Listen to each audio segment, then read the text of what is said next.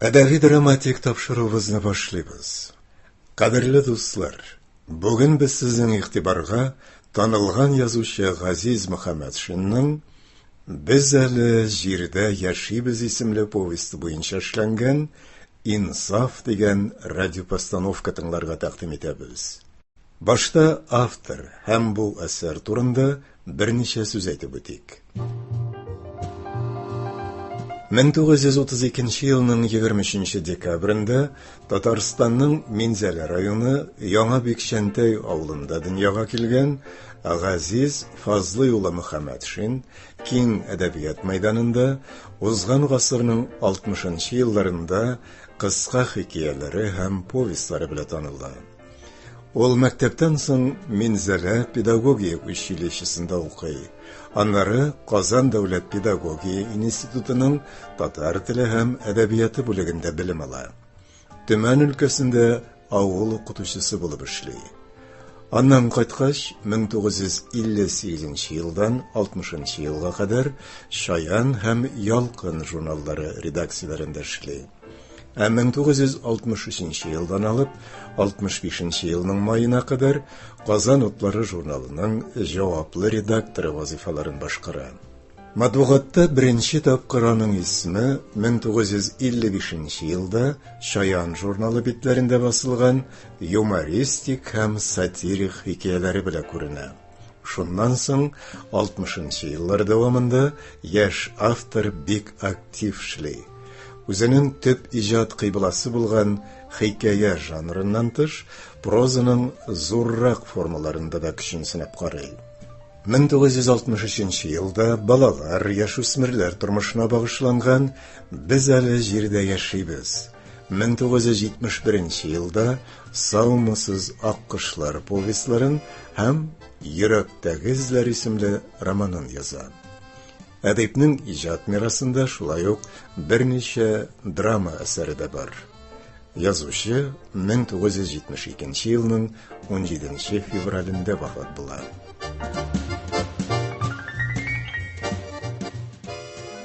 Хәзер без тыңлаячак «Инсаф» дигән радиопостановка язучы Газиз Мөхәммәтшинның нәкъ менә алдарак кына телгә алган «Без әле җирдә яшибез» дигән повесты буенча эшләнгән. Инсценировка авторы Юныс Әминов. Совет чоры идеологиясе кысаларында язылган әсәр булса да, әхлакый ясылыктан караганда ул үзенең актуальлеген бүген дә югалтмаган. Шуңа күрә радиобыз фондында озак еллар хәрәкәтсез яткан әлеге язманы тыңлаучыларыбыз хозурына тәкъдим итәргә булдык. Икенчедән, әлеге тарихи язмада бик күп мәшһүр сәхнә осталарының тавышлары сакланып калган. Ни кызганыч, аларның күпчелеге инде безнең арада юк.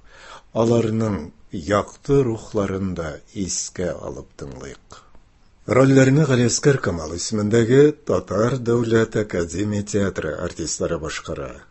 Инсаф Мусин, Наилә Гәрәева, Җиһан, Инсафның әнисе, Нәҗибә Ихсанова, Сабир, Инсафның әтисе, Фуат Халитов, Искәндәр Абдуллович, мәктәп директоры, Дамир Хайруллин, Мәрдән абый, күмәк хуҗалык рәисе, Әнвар Гобайдуллин, мәктәп укучылары Минһаҗ Мәхсумов, Рәшид Галиәкбәров, Гәрәй Рәшитов, Вера Минкина, Әхмәди Раифов, Флора Хамитова, Суфия Мәсгуда Хайруллина, Шамил, Минһаҗның әтисе, Вакил Закиров, Гөлләр апа, укытучы, Фирдәүс Әхтәмова, Венера, мәктәпнең пионер отряды җитәкчесе, Мәрзия Миңлебаева, Хорда Казанның 20-нче мәктәп укучылары, баянда Рәис Сафиуллин.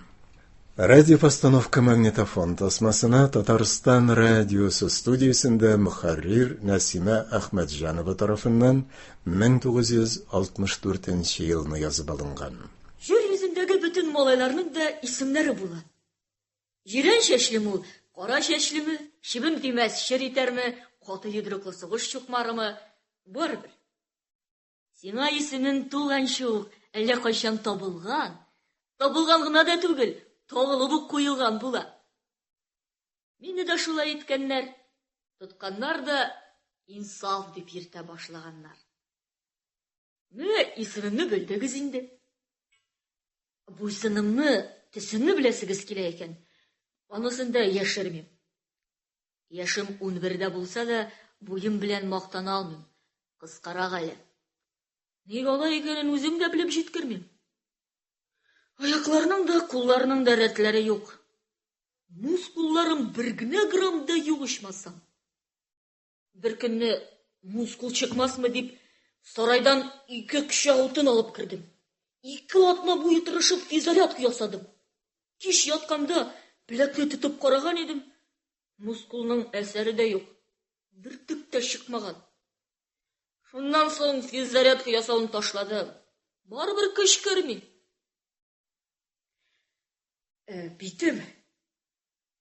Битем кара да түгел, сары да түгел.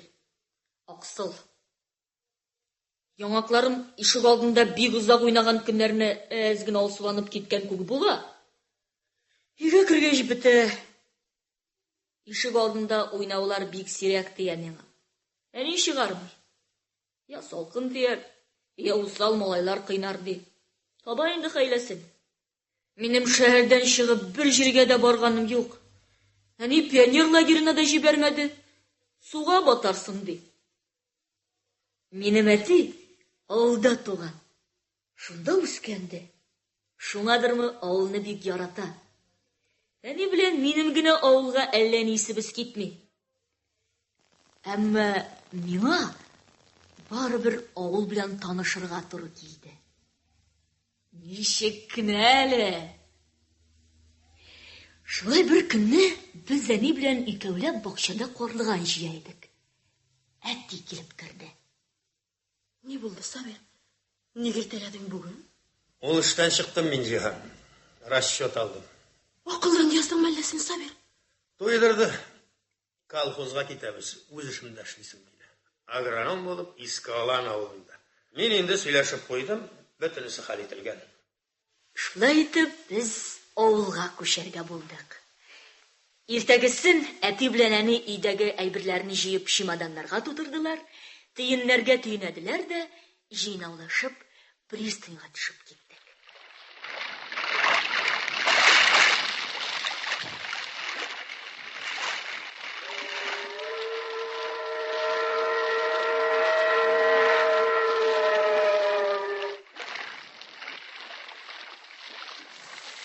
Безне пароходның 2нче катындагы бер каютага керттеләр. Әти белән әни әйберләрне урнаштыра калдылар, ә мин тышка, палубага ашыктым. Атышта җылы, рәхәт. Әз генә җил исә, су өстендә вак-вак дулкыннар уйный. Кояштан пароходка кадәр су өстеннән яп-якты нур юлы сузылган. Ул юл бер туктамый җем-җем итеп селкенеп тора. Һәр нәрсәне ныклап карый-карый пароходны урап чыктым. Аска төшә торган баскыч янына килдем. Төшәргәме, төшмәскәме дип икеләнеп торганда, кинәт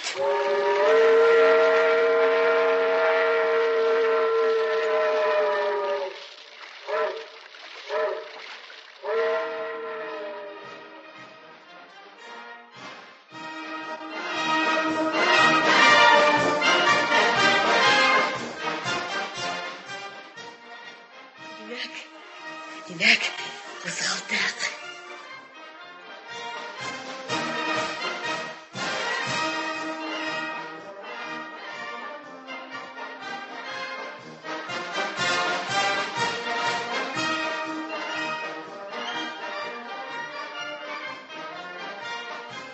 Хуш, Казан, сау бул, туган шәһәрем минем.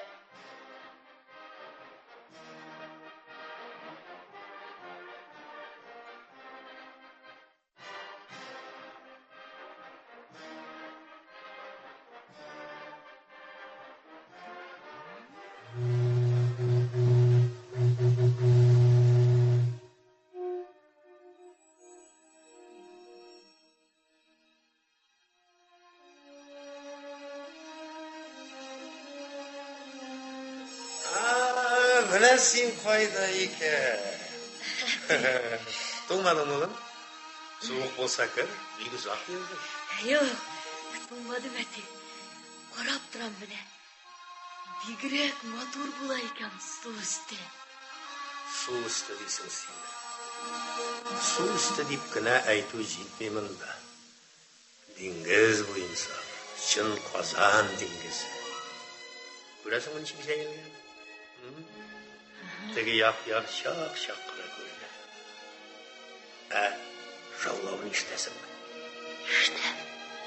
Мұның ортасына көресің келесің, анды-мұнды киме білен көресің. Мына кішілер нелер ішлеуім. Нәтігі яқ-ярда су ортасында янка ағачларын көресің бі? Алар ілік яр башында отыралар еді. Біз студент шақта ел күндерін шында ішке едік. Уты, тұз, көмір, шында цемент, асфальт түйіп баржылар келе. Бірлешеміз де шуларыны бошатабыз. Андай артиллеріні шалағы деп ертелер еді.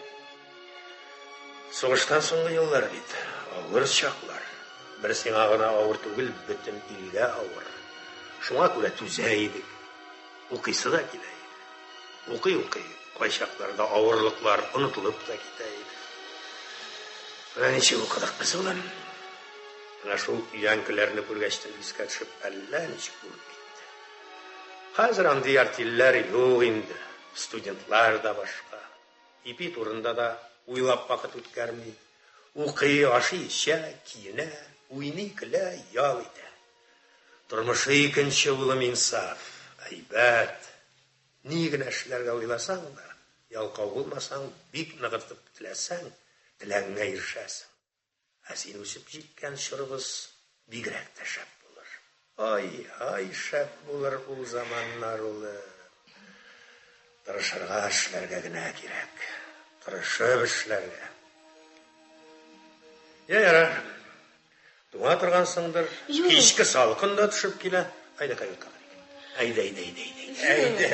Ярый, айда алайса.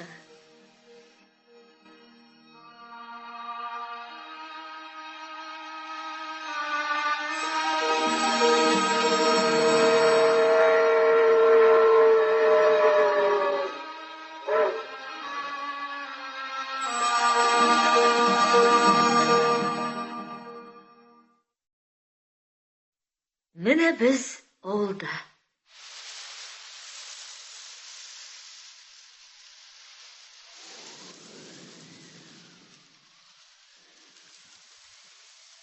Дұрысын айтайын, бірінші танышуда ауылышамадым. Үстәуіне енді 2 күн бойы яңғыр ява. Менің үйден шыққан жоқ. Ашым-ішем, ятып тұрам, тәрәзеден урамға қарам. Тышта көңсіз, бірәу де жоқ. Олар пішірақ, кетенлер, құймалар су ішінде қаралып тұра. Лапас төбесінің сабанлары бүрткен.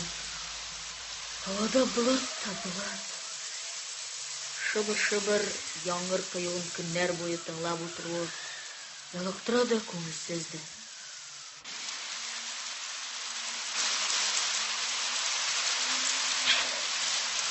Шында өзім де сезместен йоқлап кеткенмін.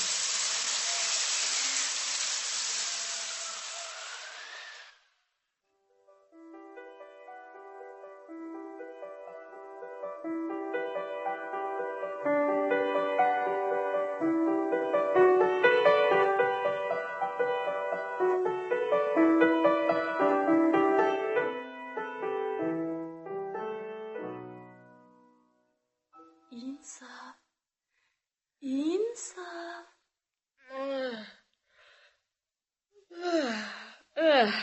Dur oğlum, dur insaf. Bugün mektepke barası günün bit. Ne saat neşe? 7-ci yardı. Eyni, yolun, giyin. Men senin eyberlerini kişavuk hazırlap koydum indi. Әне? Sen ana mektepke özün alıp barasın mı? Bilmem şu. Мында нинди гадәт икән соң? Өзіңе қара. Ол енді бала түгел. Я, иптәшләре кілер. Бірігіз дә кирәкми. Ярар. Үзең генә бар. Тик караны, әдәпле генә ярыймы улым? Ярый. Кояшлы якты иртә иде. Һава шалт аяз.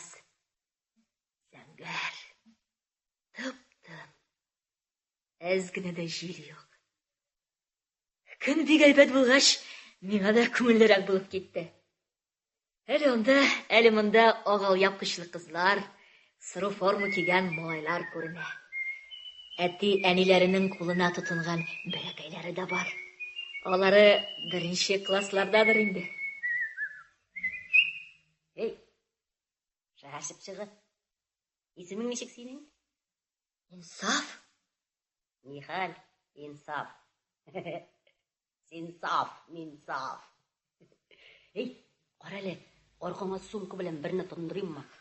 Тондырып кара. Әтигә әйтермен. Сатылырга торма, юри генә әйттем. Мин андыйлардан түгел. Берсе тисә Гәрәй абзаңа гына таян, аңладыңмы? Мин сине кеше итәрмен. Яхшы укыйсыңмы син? Икебез бер партага утырырбыз, яме? Пожалуйста. Кара син русчаны шәп беләсең икән. Шәһәр малай икәнең әллә каян күренеп тора. Мин өйрәтерсең, яме? Русчада мин такыты кырак, ипи тузлык кына сукалыйм. Я, обязательно. Син тош рус икәнсең. Урамда йөргәндә гел русча сөйләшә идегезме? Конечно. Рустан да уздырабу. Кысту яшыйсыңмы? Йо, рәхмәт, ашыйсым килми. Әллә озак йокладыңмы? Ашарга да өлгермәгәнсең. Минме йоклаган? Миннән иртә торучы кеше бөтен авылда юк. Булса да Латиф апаның кикриксез әтәчегенә. Карале. Син саф, мин саф.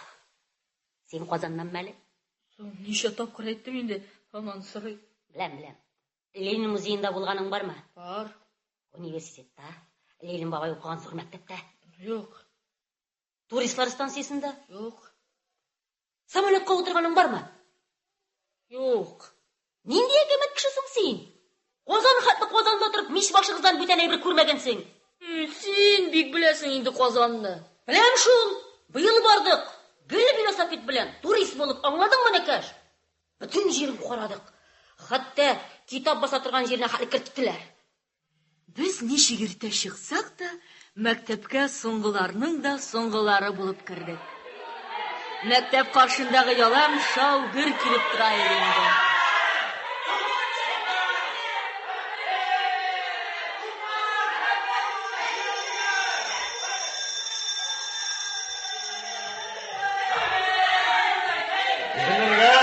Her класс ayırım. Директор әйткән Раббиш разведчик булган.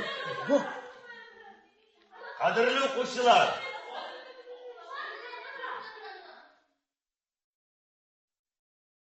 Бүген 1 сентябрь. Сезнең дә, безнең дә күптән көткән көнебез. Сезне яңа уку елы башлану белән тәбрик итәм, укучылар. Укучылар. Сез бәхетле илдә, бәхетле чорда яшисез. Безнең илебездә уку, белем алу өчен барлык шартлар тудырылган. Буларның барысы эчендә сез хөкүмәтебезгә, партиябызга, данлы совет халкына бурычлы. Ватаныбызның бу кайгыртучанлыгына җавап итеп, сез бары 4ле һәм 5ле билгеләренә генә укырга тиешсез.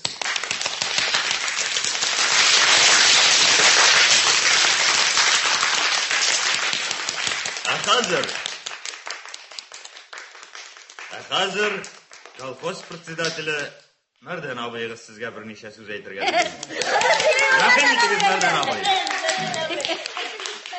Укучы иптәшләр. Иптәш укучылар. Бүген сезнең бәйрәм көнегез. Шулай дип моны директор абыегыз бик дөрес әйтте. Так, сез укып кына да калмыйсыз. Ягъни, сез иптәш укучылар картларга да булышасыз. Көп кенә иптәшләр каникул вакытларында 200, 150, 100 хезмәт көне эшләделәр. Моны иптәш укучылар без бер чакта да истән чыгарга тиеш түгелбез. Мин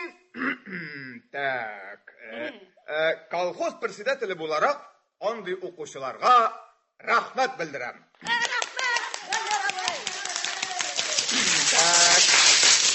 Правление кайбер алдынгы, ягъни җәен колхозда күп эшләгән укучыларга әйтик, менә шушы бәләкәй генә бүләкләрне тапшырырга, ягъни сезгә бирергә кушты. Мәгъсумов Минһаж укучылар формасы белән бүләкләнә.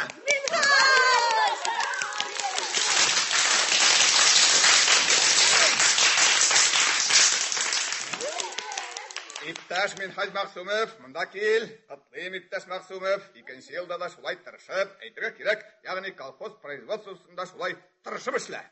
Рәхмәт Мәрдән абзый, тырышырмын. Молодец, Минһаж үскәнем, шулай кирәк. Булдырдың. Эшләп алган, рәхәтләнеп ки өстеңгә туттың.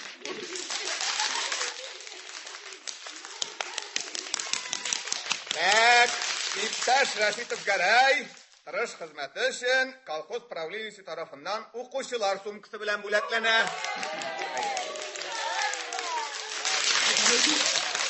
Гәрәй дус кайда? Сумканы карый әле.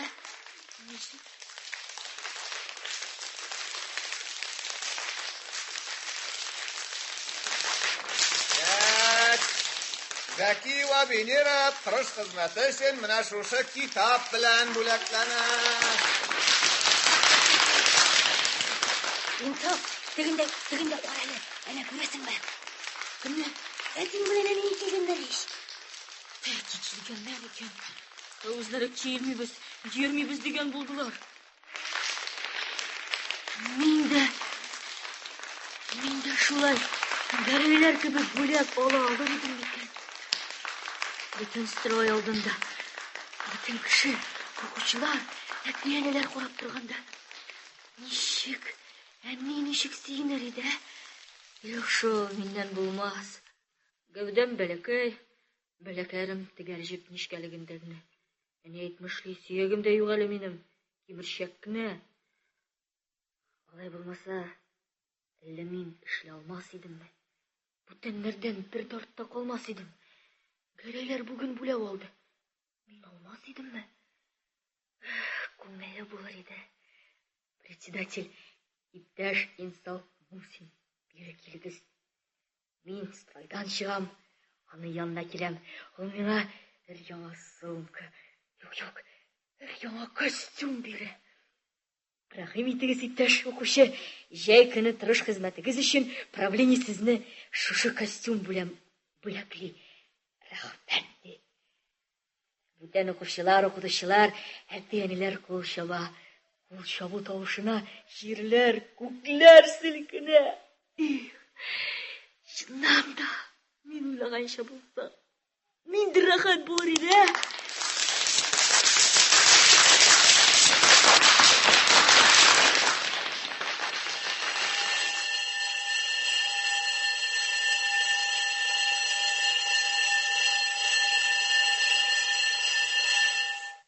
Хөрмәтле радио тыңлаучылар, сез танылган язучы Газиз Мөхәммәтшинның «Без әле җирдә яшибез» исемле повесты буенча эшләнгән «Инсаф» дигән радио постановканың беренче өлешен тыңладыгыз.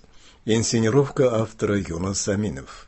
Радио постановка магнитофон тасмасына Татарстан радиосы студиясендә мөхәррир Насима Әхмәтҗанова тарафыннан 1964 елны язып алынган.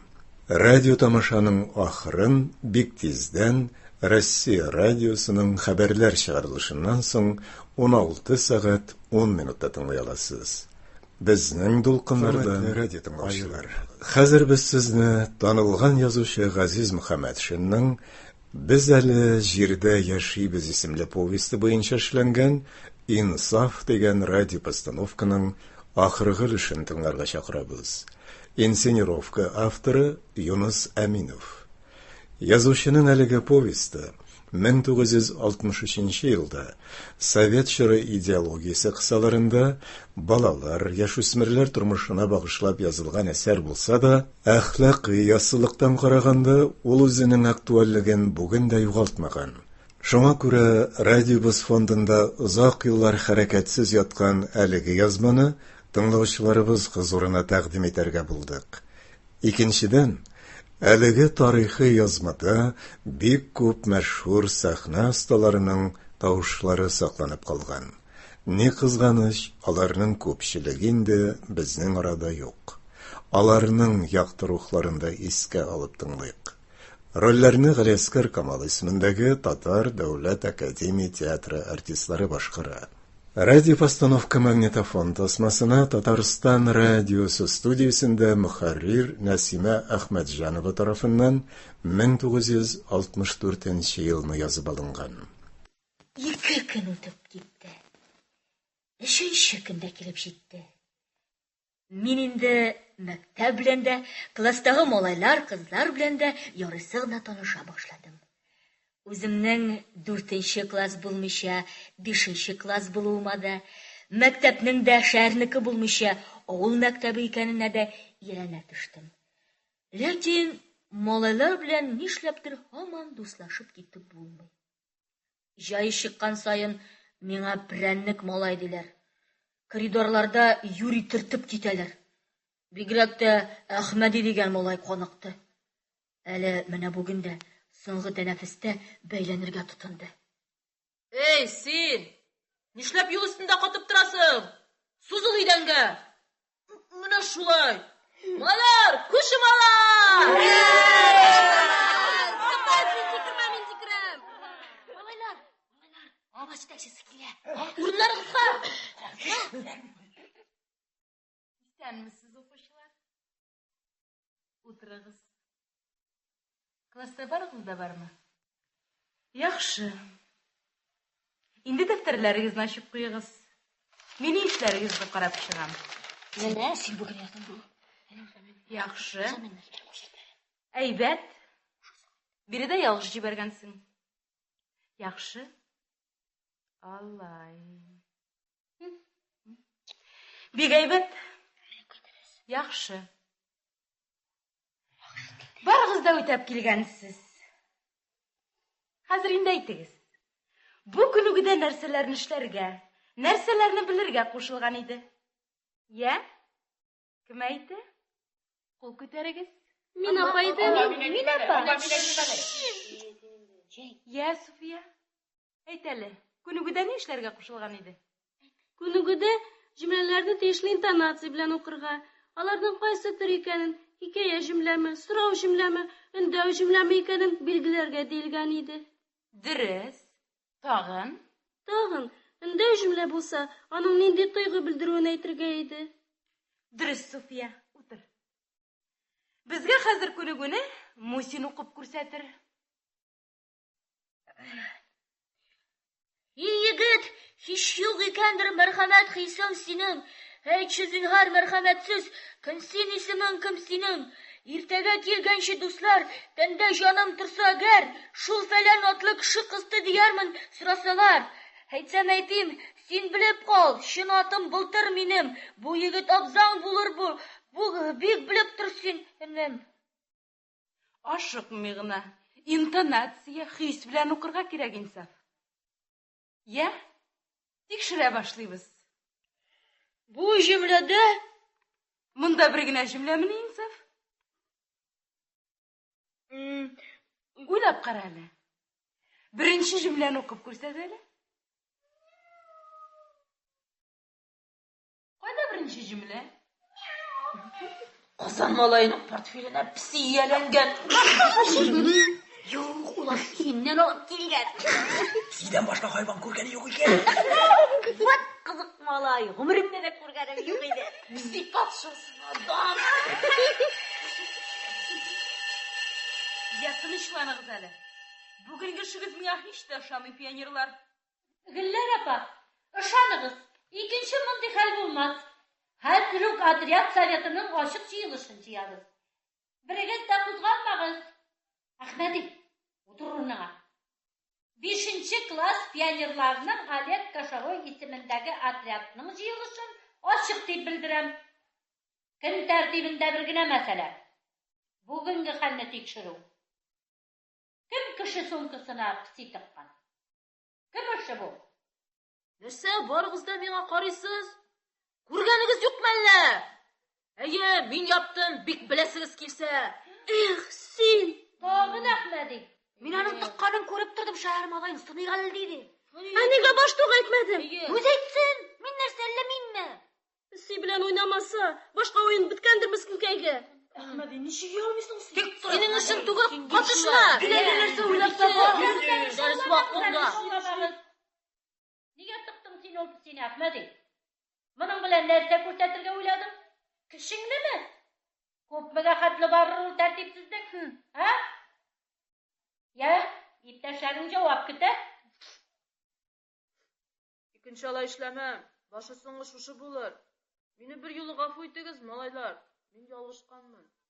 Ә син кызлардан да гафу итен. Монда малайлар гына түгел. Кызлардан да гафу итенәм. Гафу итегез. Башы соңгы шушы булыр. Икенче тәртип бозмам. Класстан үтен син. Бөтен класстан. Гафу итегез. Башы соңгы шушы булыр. Икенче тәртип бозмам. Әхмәди, син пионер икәнеңне онытма. Отряд советына гафу итен. Гафу итегез. Башы соңгы шушы булыр. Икенче тәртип бозмам. Ягез иптәшләр, Әхмәдине нишләтәсез? Бу эшен әтисе белән әнисенә әйтергә кирәк. Бу юлга әйтмәгез, иптәшләр. Мин үзем дә төзәлә алам, иптәшләр. Минемчә, бер юлга калдырырга кирәк. Дөрес. Бездә бер тәкъдим бар. Әхмәдигә отряд советы исеменнән шелтә бирергә. Кем дә кем шушы тәкъдимгә кушыла, ул күтәрә. Дөрес, мин күтәрәм. Төшерегез. Каршылар. 1, 2, 3. Димәк, күпчелек тавыш белән Әхмәдигә шелтә бирелә. Исеңдә тот, Әхмәди. Икенчесе булай гына калдырмабыз. Ягез, пионерлар. Җыелыш шуның белән бетте. Таралырга мөмкин. Әтисе белән әнисенә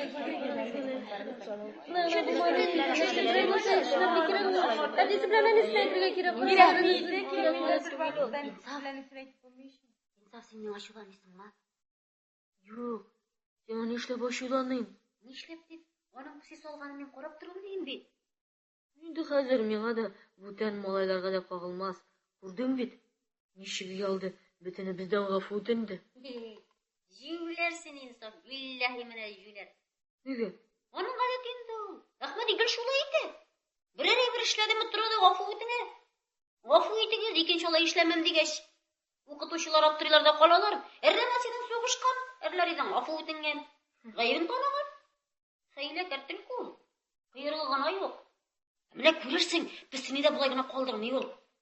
Синнән дә үч алырга йөрер.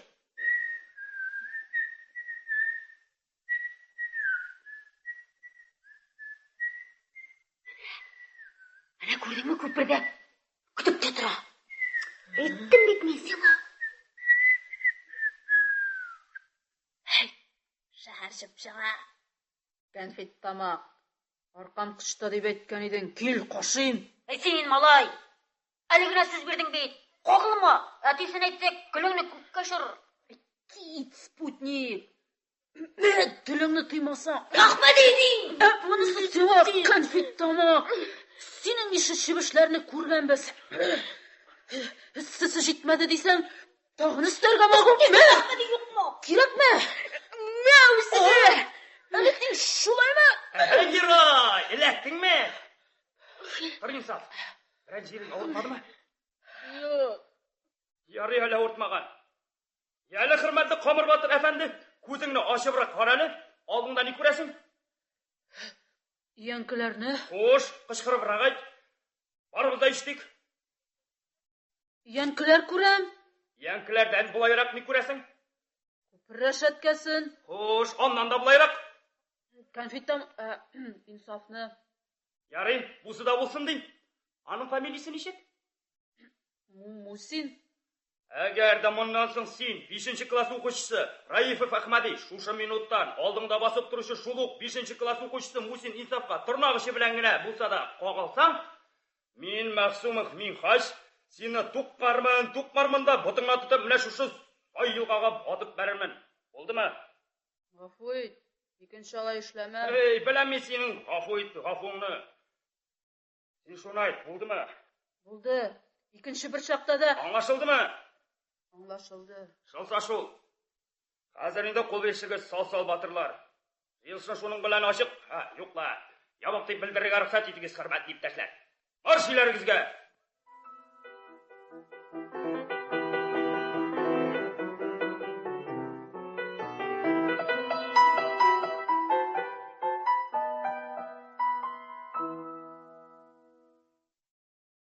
Кайттыңмы? Карның ачкандыр. Колбаса алдым. Гаҗәп хәл. Монда колбасаны гел кайтарып торалар икән. Кайчакны сосискага кадәр була ди. Юндыңмы? Хәзер кисеп бирәм. Давай әле булдымы? Тизрәк. Утырып ашыйсым килә. Эчем эчкәй береккән. Хәзер балакаем. Хәзер алтыным. Берек мине шул гомер ачтырып кара әле. Тәк туруда түгел бит әле ул. Уку инә белән кыю казы дигән бабайлар. Менә улым, аша. Әнекәй генә. Нишләдең, балакаем? Нишләде ул күзең? Кем сукты? Кайсы җилсез кыйнады? Сезнең монда эшләр кызу икән. Әле миндәләрдән итшим. Әнә, малаеңны кара. Үтергәнче кыйнап кайтарганнар үзен. Күзен чыгара язганнар. Кая күригән? Чыннан да сул як күз төбендә бераз кан салган икән. Кем кыйнады? Кыйнамады. Сугыштым. Сугыштың? Син сугыштыңмы? Ие. Кем белән сугыштың? Әхмәди белән. Теге таза малай белән түгелдер бит. Раифның улы. Шуның белән. Үзе башлагандыр әле, кыйнагандыр әле рәхәтләнеп. Син әйтмисең генә. Башлауын ул башлады. Ләкин мин кыйнатмадым. Түзәр хәлем калмады. Без монда барыбер тора алмыйбыз, Сабир. Нигә? Күреп торасың ич. Аннан миңа да күңелсез. Кеше юк. Көне буе ялгыз. Син таңнан чыгып китәсең, 7 төн катында кайтып аласың. Колхоз хәлләрен белеп тору миңа да харам булмас. Нигә әйтмә, миндә агроном хатыны лабаса. Колхозыбыз шәп җан, шәп. Халыкның күңеле кер, гаҗәп кер җан. Әйтеп торасы да юк, үзең дә күреп торасыңдыр. Тамагы тук булгач хәзер культураны кайра. Җир. Җир. Ипи өстенә якташа. Мин мондый җирләр турында күпме хыялландым. Инде теләгемә ирештем. Аерыласым юк. Күчермәсәләр, башка җиргә 2 аягымның берсендә атламыйм. Гомергә. Икенче көнне мәктәпкә барганда, 5нче классның бөтен малайлары мине күпер төбендә көтеп алды. Башта йөрәгем шу итеп китте. Беттем. Хәзер кыйныйлар. Тизрәк бул инде, сине көтеп торабыз. Менә килдем. Молодец. Батыр икәнсең. Суган сыкмадың. Без сине сынап караган идек. Кем белгән? Может, әллә нинди малай син? Я дусланырга ярый торгандыр. Я юктыр. Син җибегән салма түгел икән. Синең белән дус булырга ярый икән. Молодец. Шулай бит гәрәя? Дөрес. Ул да безнең иш икән. Әнисенә дә кайтып әләкләми. Җыламый да. Күпме сынадык, күпме төрткәләдек бит, барыбер түзде. Моннан соң син безнең дус. Үлгәнче. Рус телендә яхшы белә. Дус. Шушы минуттан башлап дус. Моннан соң кемдә кем инсафка берәр сүз әйтсә, ул кешене без бөтенебез алдына бастырып тикшерик. Сорау алыйк, яме? Обязательно. Дустык, дус. Әлбәттә дус. Дусның да нинди әле? Молодец. Малайлар, иртәгә бәрәңгегә чыгабыз. Вакыт җитте дәмени? Җитте, малайлар, җитте. Бер-ике атнага уеннар түтү. Ярый, яңгырлар башланганчы бетерү әйбәт. Конечно. Нинди бәрәңге ул? Колхоз бәрәңгесе. Без ел саен колхозның бәрәңгесен алышабыз. Әтия ниләргә булышабыз? Әхмәди. Үзләреңне алмыйлармы? Алайлардасың, без дә алсак. Тизрәк булай.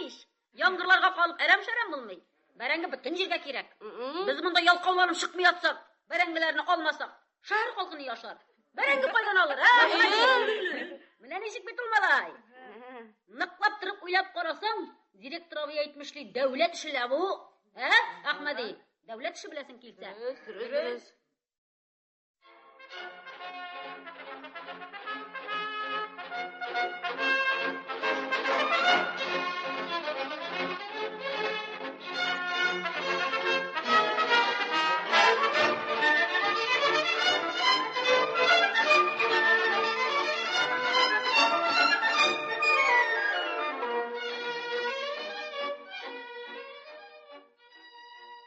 Иртәгесен дәрестән соң без бәрәңге басуына киттек. Басу тип-тигез, үзе шундый зур. Баш-башына барып чыкканчы аягын талыр. Җүләр, моны кайчан алып бетерерләр? Бик күп бит. Колхозчылар шуңа күрә дә безне кушканнар икән. Без килмәсәк кышка калыр, өлгерә алмаслар, кар явар да әрәм булыр. Кинәт трактор гүри башлады. Белорус икән. Артына моңа чаклы мин күрмәгән әллә нинди машина таккан. Тырма дисәм, тырмага, чәчкеч дисәм, чәчкечкә ошамаган. Беренче Белорус янына икенчесе янына өченчесе килеп туктады. Беренче трактор юлдан басуга борылды. Буразналар буйлап эшкә кирип китте. Аның артыннан тегеләр килде. Мин үз күзләремә үзем ышанмый тордым. Машиналар тормады, чәчкеч тә түгел, бәрәңге алгыч икән. Аның үткен пычагы буразналарны туфрагын белән өскә күтәрә. Туфрак рәшәткәдән кыйлып бетә, бәрәңгеләр рәшәткә өстендә биеләр дә сикереп җиргә төшәләр. Озак та үтмәде, 3 трактор ялан кадәр җирне актарып ташлады. Без тезелештек тә, чиләкләребезне дыңгырдатып, бәрәңге сала-сала басу буйлап киттек. Әллә күзләрең сукырманы бит бер бәрәңгене таптадың. Бигрәк вак бит ул. Әнә шу хәтлегне. Әнә шу хәтлеме, сәйлән хәтлеме, ләкин син ал. Әшип тә булмый аны, кабыкка чыгып бетә. Әшип тормыйлар аны, вакларын ферма чучкаларына илтәләр. Башта шулай диләр. Эшләр барамы, кушылар? Бара, истәдәме? Майнагандай шума бара. Дәбез бәрәңгенең тетмәсен. Яш тагын бер басу. Ләкин бик ашыкмагыз. Җае белән генә. Бик арып та китәргә ярамый. Арыны бар дип тә белмибез без. Эш сагынылган. Безнең кебек егетләргә шут моны. Алдың бетте китте. Бик әйбәт. Инсаф ничек? Инсаф. Казан егетенә кыен түгелме? Кыен түгел. Искәндәр Абдулович, директор абый. Молодец. Директор абыйның молодец диюе минем күңелемне тагын да күтәрде. Бөтен басудагы бәрәңгене бер үзем чүпләрдәй булдым. Ләкин булдым гына шу. Бер елеп, бер турайып бәрәңге чүпләве, авыр чиләкне күтәреп җир буе җиргә капчыкларга алып бару бер генә дә җиңел түгел иде. Билем сызлый. Җирдән күтәрелгәндә күземә әллә нинди төртке яшькелт тутлар күренә. Чиләк күтәреп барганда кул баш сөякләрем шытыр-шытыр килә иде. Шулай булса да, мин туктау турында уйламаска тырыштым. Ниһаять, без җир башына җиттек. Бүгенгә җитте инсаф. Беренче көн кыенрак малай. Ой. Бетте дәме инде гәрәй? Җитте инсаф. Беренче көн тәктә булды инде. Синең ничә чиләк? 40. О, 40. 40 чиләгең ярсар пыттан күпме була? 20 пыт. Кая чиләгең? О, ничего, саллы. Минем 20 пыт бар. Ким дигәндә 20 пыт бәрәңге чүпләп капчыкка салгансың. Ярыйсы гына. Элек бердә чүпләгәнең юк идеме? Юк. Менә шул. Мин 90 чиләк җыйдым. Беренче көнгә җиткән. Нәрсә син? Кирпек күргән кылын шикелле карап каттың. Булай гына. Кайтырга да, ятарга дип хыялланып утырасыңмы? Син үзең хыял. Ушак ягып бәрәңге пешермәсәң эшкә дә килмә. Инсаф. Телгә күрелгән бәрәңге ашарың бармы? Юк. Кайнар. Бер очыңнан икенче очыңа униләгән шикелле алмаштырып торасың. Төнлә ацыкларга барганың юкмы? Юк. Юк.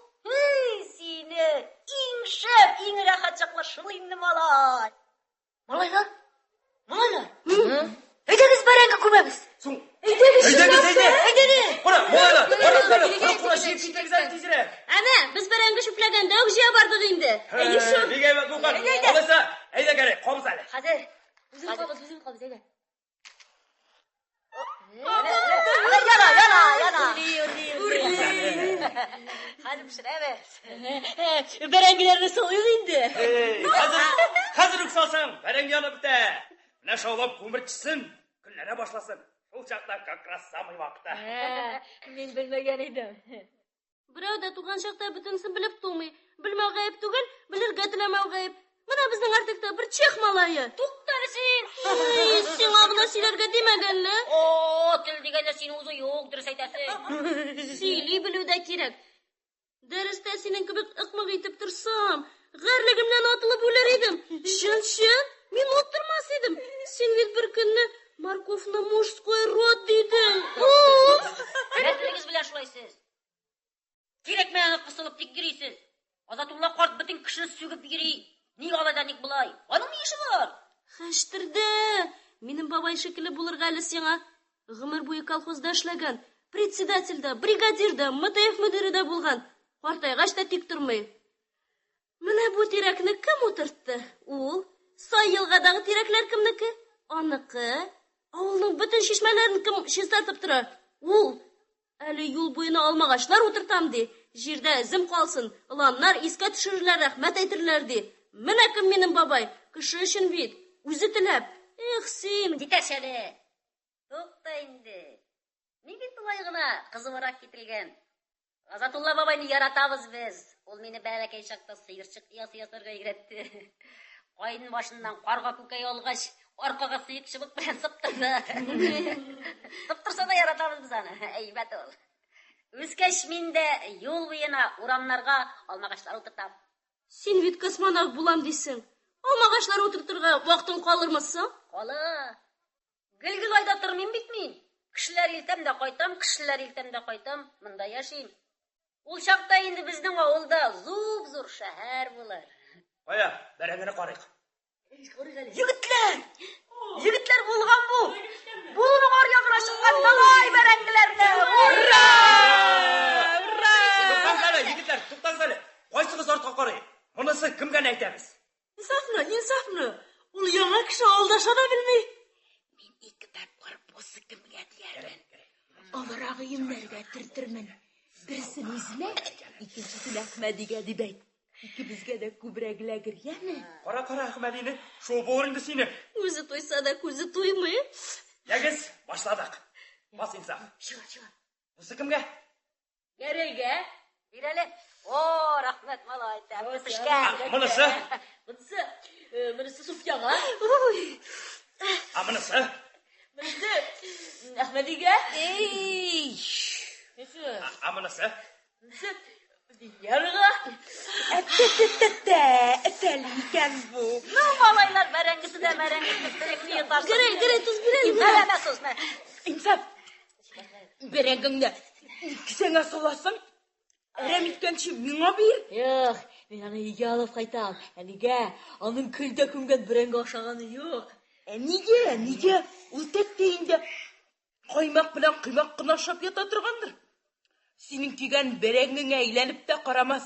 Бир миңа. Җитәр инде, Әхмәди, кымсызлама.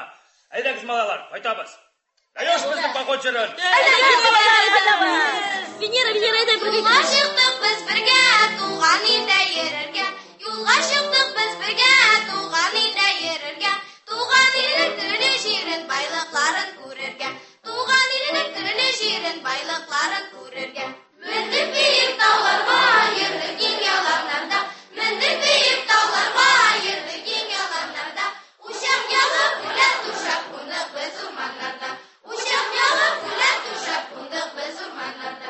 Күрдек колхоз йортларын, балкып янган утларын. Күрдек колхоз йортларын, балкып янган утларын. Алма бакчалары катлый авылларның як-ягын.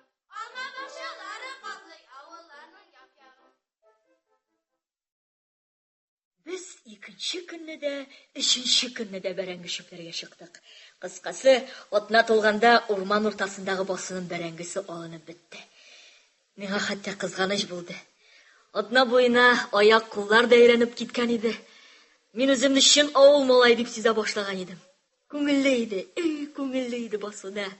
Чишмә янында кичләрен күпме бәрәңге көлгә күмелде, күпме җырлар җырланды, мәзәк сөйләнде.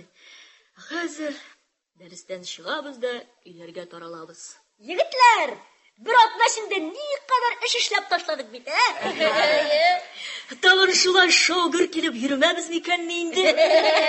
Курыкма, эш бетми ул. Берсен эшлисең, икенчесе чыга. Аргы басуда никадәр сулы салам ята. Яңгырла китсә харап булыр. Безне салам ягы чыгарырлар әле. Алайса шәп. Эшләгәч кечкенә арта. Дөрес.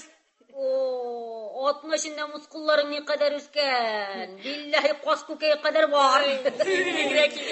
Карагыз әле, малайлар, карагыз әле. Чыннан да кас күкәе кадәр бармы әллә бу? Карагыз әле. Минем туганнан бирле көн-төн эшләп тә була юк. Элек булай түгел иде. Казны куык булмас, тавык күкәе хәтле полный бар. Син бер-ике елдан Тукайның карахмәте кебек булырсың. Инсафыз молодец, әтисен ашаган. Эшне ярата. Тик менә әнисе. Әнисе эшләмичә өйдә тик ята. Ятымнан җир тишегенә керердәй булдым. Чыгып җибәрмәдем. Өйгә кайтып керсәм, караватта бөгәрләнеп песи йоклый иде. Җан ачуым чыкты. Сумканы песигә тондырдым. Синең кот очты. Кырыгын кысты да ялт итеп мич астына шылды. Кеше яктан әни чыкты. Миңа аптырап карады. Улым, ник тәртипсезләнәсең булай? Тәк. Сумканың урыны анда түгел. Алып куярга кирәк. Әни, син эшкә бармыйсың. Бүтән кеше эштәсең генә эшләмисең. Улым, аш-суларымны, йокыларымны калдырып, сезне тәрбиялим бит менә. Әни, Әу балакаем, эшкә кер, әни. Эшләрмен, улым. Рабочий да икән. Димәк, табын түгәрәк булачак. Әллә ишеп кайткан инде? Бөтенләй ишенган.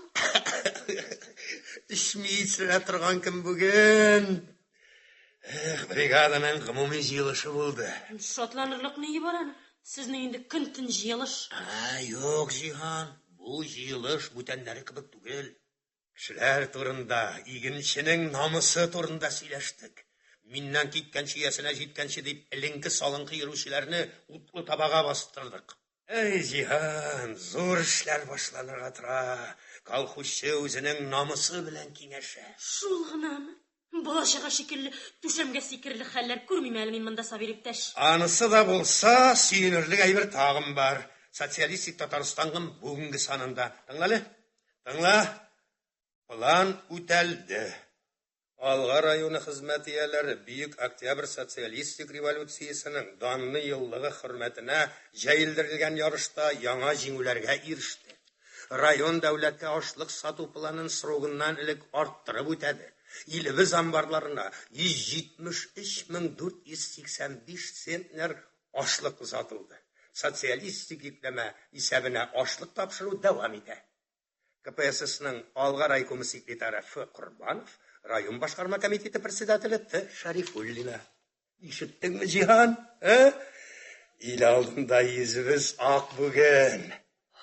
Сезнең колхоз ничә пот тапшырды? Нигә сезнең? Синең дә колхоз түгелме инде? Безнең булсын. Без 26,107 центнер тапшырдык. Йөкләнмә үтәлде, ләкин икмәк күп. Һаман озатабыз. Премия качан була? Неткән премия? План арттырып үтәгәнгә. Эшчеләргә бирәләр ич. Монда юкмы ни? Син нәрсә? Мин бит премия өчен эшләмим. Беләсең бит инде. Беләм, горурлык җитә синде. Бик горурланып булмады әле. Бүгенге җыелышны әйтәм. Кешеләр сөйләгәндә башны иеп утырырга туры килде. Хатының эшкә чыкмый диләрме? Нигә куркасың? Шуңа башыңны идеңме? Миңа әйтүен әйтмәделәр. Кайберәүләрнең күзләрен ачырмадылар. Бүтін хасретің шул булса, кайгырма. Тәнем таза, аяк кулым исән сау, эшләрмен. Biraz өйне җыештырып тәртипкә китерим дә, киләсе атнадан керешермен. Ләкин әнигә киләсе атнаны көтәргә туры килмәде. Шул ук төнне безнең өйнең тәрәзәсен шакыдылар.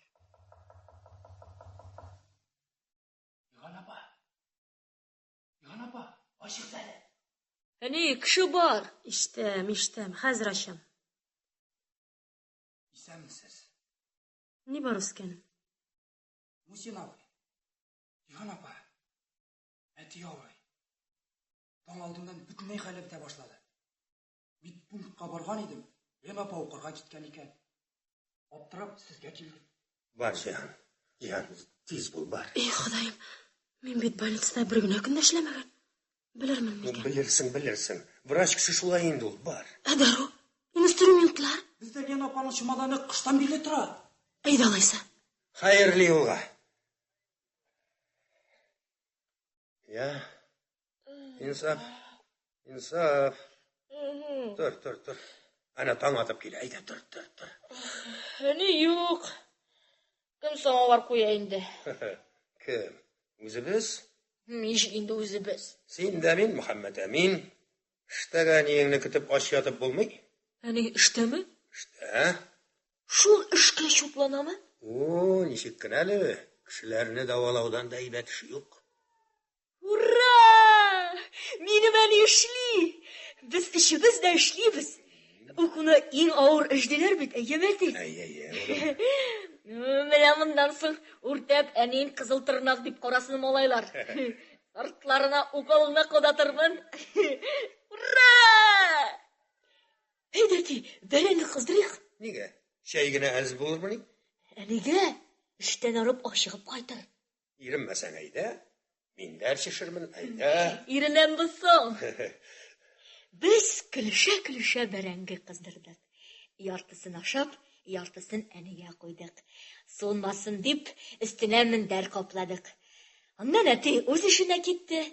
Узакламый әни дә кайтты. Аның йөзе бер шулы иде. Улым, кил әле бергә. Утыр әле. Ни булды, әни? Башта сораганга җавап бир. Син укучымы? Укучы? Ничәнче класста? Соң, 5-тә? Пионер. Пионер? Мәктәбегездә тимерчылар бармы? Күп. Ниләр эшлисез? Кешеләргә булышабыз. Мин хаҗларга кирип караганыгыз бармы? Мин юк. Бүтән малайларның бар микән, белмим. Тимерчылар имеш. Бала-чагалар белмәсен дә ди. Вожатыйлар ни карыйдыр? Нишләгән, әни? Мин хаҗның әтисе балта остасы икән.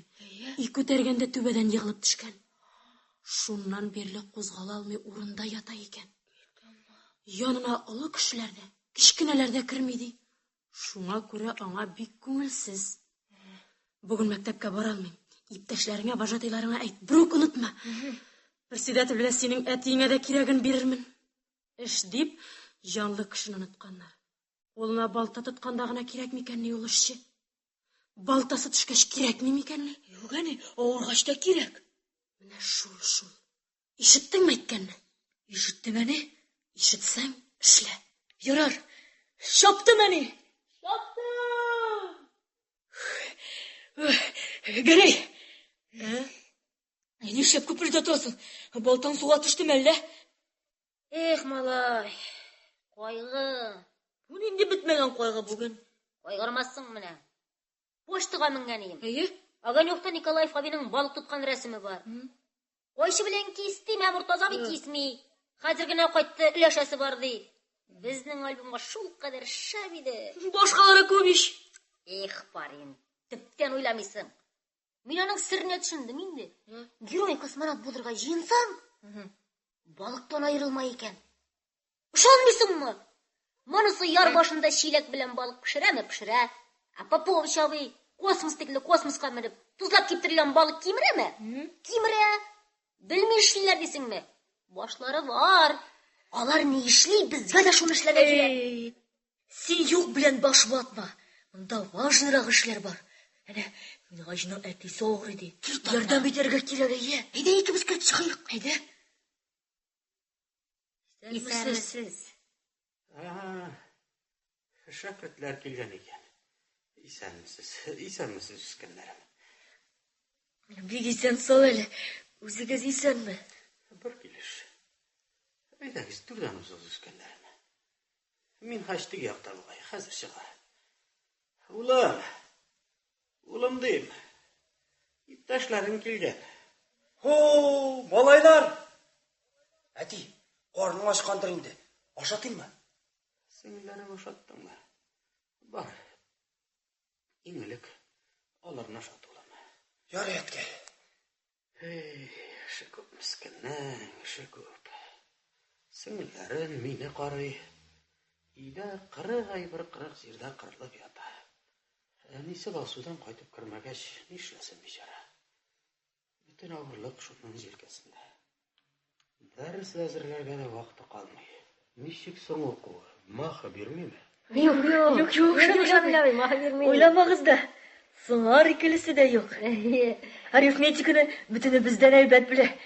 Әлі сен ойлай да башламысың. Ол мәселені шешіп те қоя.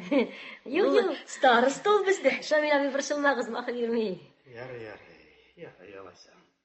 Қой күнлерді ертен ішлей ұнытылып кете. Анан ашарға да вақыты қалмай. Ипи генәләп тұрады, дәріске сынға қалам деп шығып үйреміз кілім. Biz sizni şef alabız Şamil abi. Ие. Шефлыққа? Тимуршылар ма? Timurchilar. Ярый, қалалар, ярый, рахмет. Бек зор рахмет сізге. Сенің әнең әйбәт кішікән инсапының. Бек әйбәт, яғымлы, дару білән түгел. Күңел жылысы білән сауық тұра тұрған врач. Қазанда гел мақтап қына тұрғанлардыр, Не? Ие. Әйт сен аға, әйт олым. Шамил абай шын көңілден рахмет оқиды елейді. Әйтірме, Шамил абай. Ярый.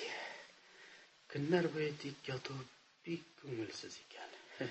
Әлі ярый радио бар. Ялғызлық ол қадар сезілмеген шекілі. Дүниядағы қалларына біліп тұрасың. Рахаттанып жер, музыка тыңлайсың. Яңа жырлар тапшырсалар бәйрәм бола. Шуны тұбаласың да, баянда неше ойнар едім екен деп қиялланып ятасың. Қазір өзің ойламайсың ба? Yok şöyle, yok. Parmaklar...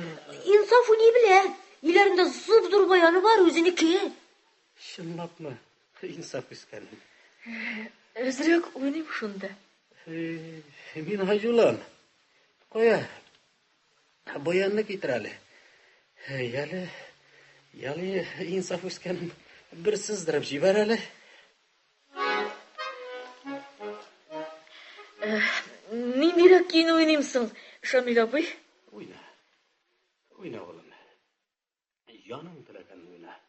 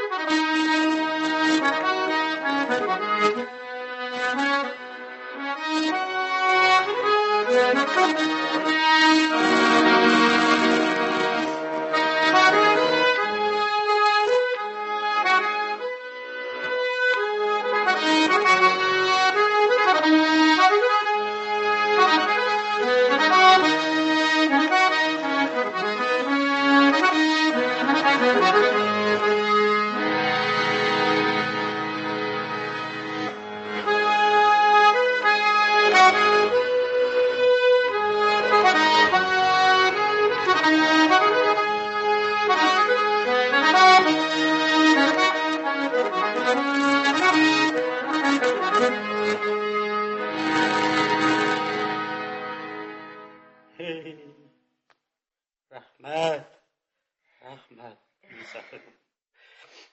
Armadım ben oğlum. İnsaf. Yok. Birer көңілірек ки ойнап жібермәссәң, Ярый. Да.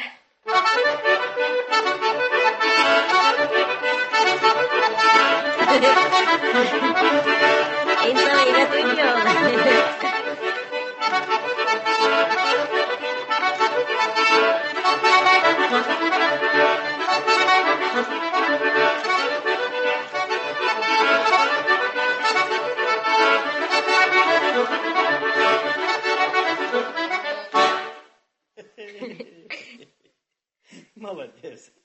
Молодец. Шын гармоншы екенсің. Рахмет. Рахмет, егетлер, көңілімді көтердіңіз. Рахмет. Рахмет, Ескендерім. Тағы келіңіз шулай. Киләбез. Хәзер көн сайын киләбез. Бөтен класс белән, мәктәп белән, Шамил абый. Ярый, сау булыгыз, Шамил абый. Сау йөрегез, Ескендерім. Хушыгыз. Тирегез, Шамил абый. Мин хәҗулым, узат үзләрен, узат. Шулай итеп, минем әни Лена Павловна врач булып эшкә керде.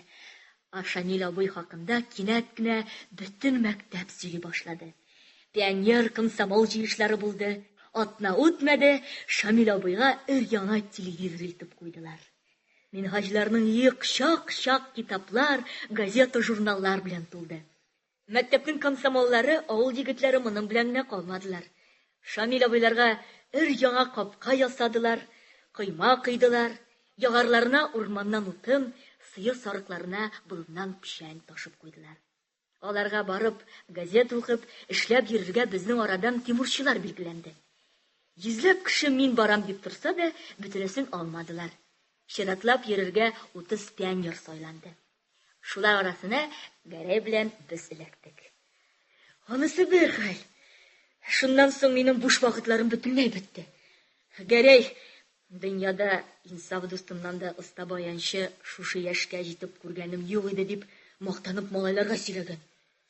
Музыка җир түгәрәге октябрь бәйрәменә концерт әзерли икән. Мине шунда ук бу концертка катнаштырып куйдылар.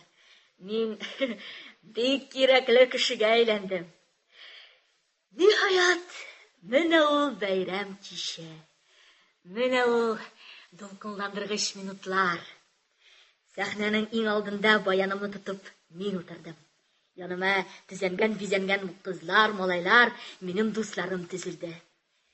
Бер заман пәрдәне ачтылар. Клубка шыгырым тулган халык тын калды. Гөлләр апа сәхнә артыннан чыгып, концертның беренче номерын әйтте. Җиләкле алан 8 еллык мәктәбенең пионерлары башкаруында хор. Яшь космонавтлар җыры. Сүзләрен Мәхсүмов Минһаҗ, Бәдретдинова Суфия, Рәшитов Гәрәй, Раифов Әхмәди һәм башка укучылар барлыгы 24 кеше язды.